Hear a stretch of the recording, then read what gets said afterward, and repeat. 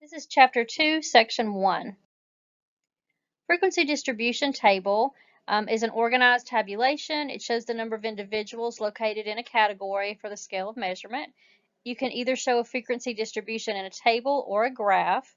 The frequency distribution always shows the set of categories that make up the original measurement scale, such as a score. And it also shows a record or the frequency or number of individuals in each category. So this would be the frequency.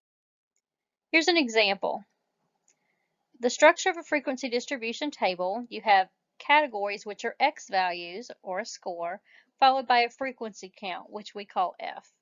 In the X column, we typically order from highest to lowest.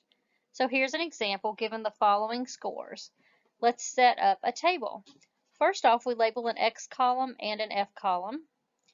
Then we find the highest X value by looking at the scores. In this case, it's a 10. And the lowest X value, looking at the scores, it's a 4. And we number from 10 to 4.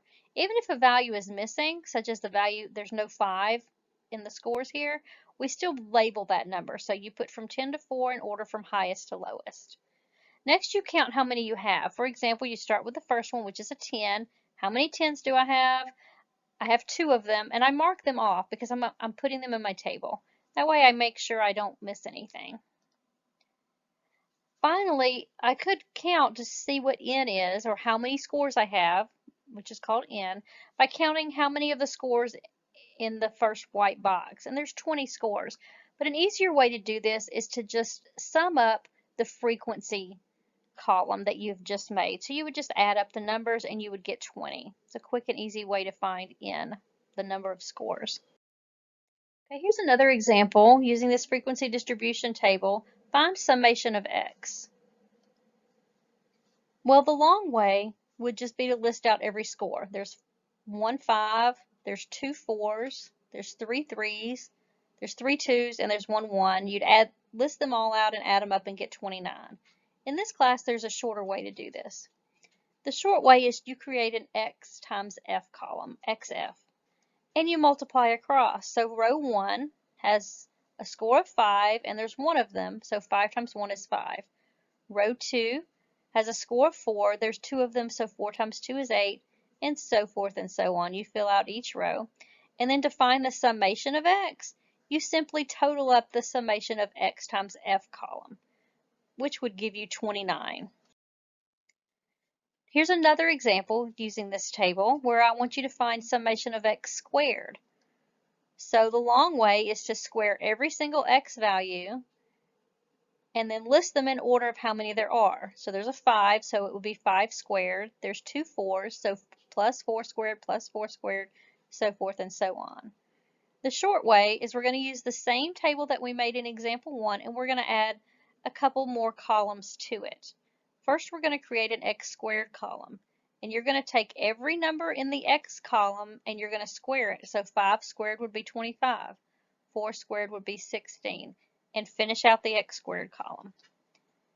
Next, we're going to create an x squared times f, or x squared times the frequency, how many of each one of these we have.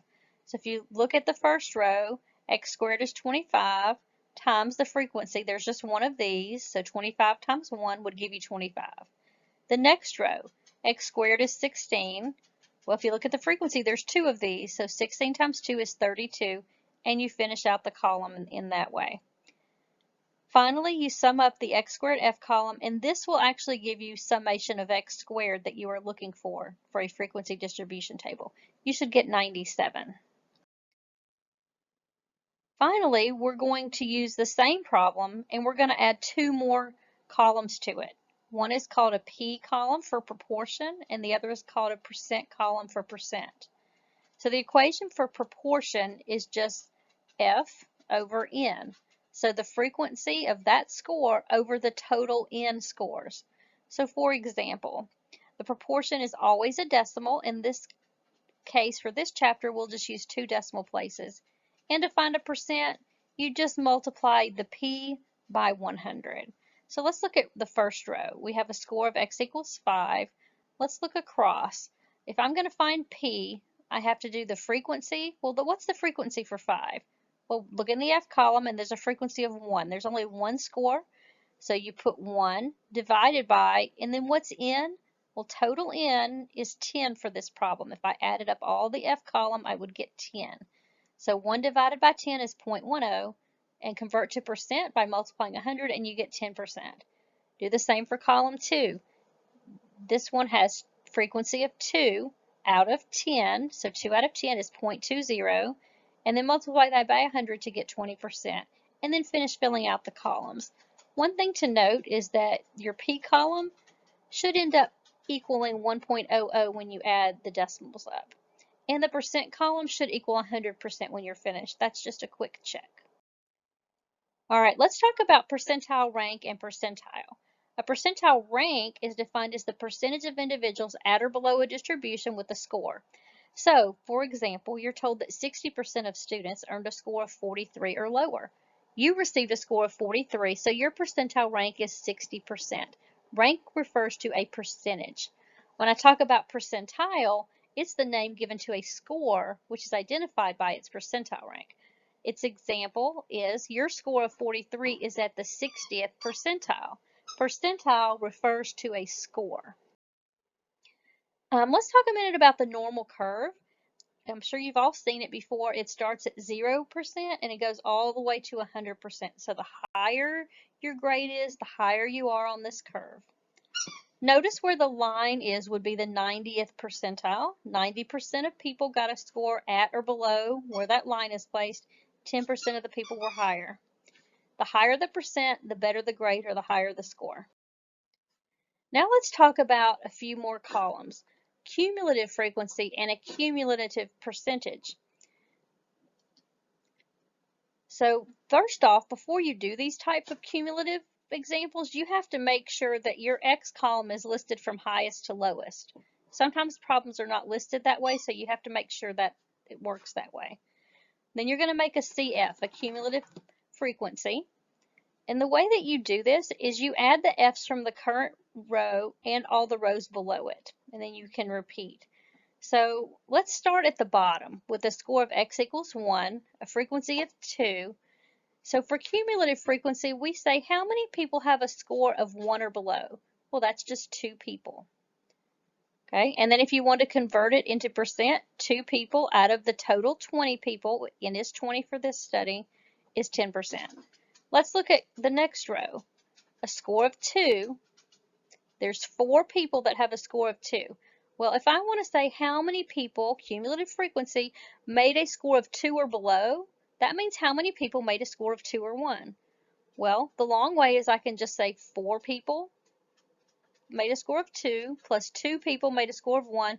That's 6 people. Or I can use the cumulative frequency from the row below, which was 2, and I can add 4 more people for the current row, which is 4. So 2 plus 4 is 6. And finally, to find the percentage, I just take that 6 divided by the total n, which is 20, which gives me 30%. Okay, row 3. The short way would be 6 people from the row below plus 8 new people gives me 14, and then I can find percentage, and so forth and so on. The top CF, when you get to the top row, it should be 20 because that's how much n is for this problem, 20. So the top CF should always equal n. And the C percent column should always equal 100 at the very top row. Okay, now let's talk about using these answers we just found, which I consolidated here on this table, to find percentile rank. So we use real limits when we talk about percentile rank, and we're going to really use the upper real limit. So remember, for example, for a score of 5, it really goes from 4.5 all the way up to 5.5. The same for every score here. So if I want to know what score gives a percentile rank of 95%, I look at the chart, I read to the left, I find x equals 4. But remember, x equals 4 really goes all the way up to x equals 4.5, so that would be my answer.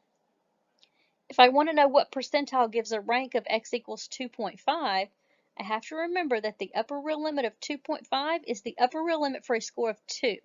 So I look at the row for x equals 2, I read across to the right, and I find that x equals 2.5 gives a percentile rank of 30%. Finally, let's look at a frequency distribution histogram. So using the same problem, the same table with the same numbers, I can put it into a table or a histogram. So if I have a score of 1, x equals 1, the frequency here is 2, I put 2 boxes above the number 1 in my graph. Notice the y-axis is the frequency. I've labeled 0 to 8 here. And the x-axis in this case is 1 to 5 because I have scores 1 to 5. And then I would just graph it like I normally would, but I would use a box. And if you're going to use Excel or by hand, you could just put an X instead of putting a box there. So for the score of 1, there's 2 of them, so there's 2 boxes. For a score of 2, there's 4 of them, so I would put 4 boxes over the number 2. For the score of 3, there's 8 of them, so notice there are 8 boxes above the score of 3. So the figure you see here on the left is a histogram. We'll be using that a lot in this class. All right, learning check. For these 5 problems, I want you to stop the video and work the problem before you look at my answer. So here's problem 1. Stop the video. All right, the answer is there are 4 3s, so a score of 3 has a frequency of 4. Problem 2, stop the video. Here's the answer. The number of smiles recorded would be the sum of the frequency column. So N would equal the summation of the F column, which equals 21. Problem 3, stop the video.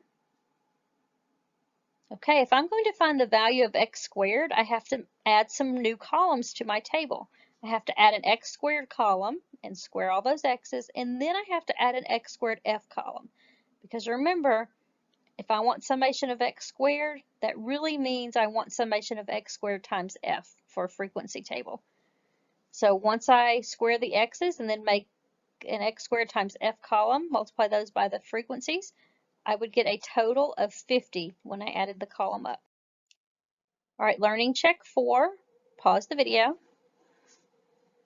Okay, the answer here would be the 80th percentile. Think in terms of that normal curve again. The higher the percentile, or the higher the percentile rank, the better off, the higher my score. All right, learning check 5. Pause the video while you work the problem. Okay, the answer here for the 90th percentile would be on the row of x's that have a range of 25 to 29.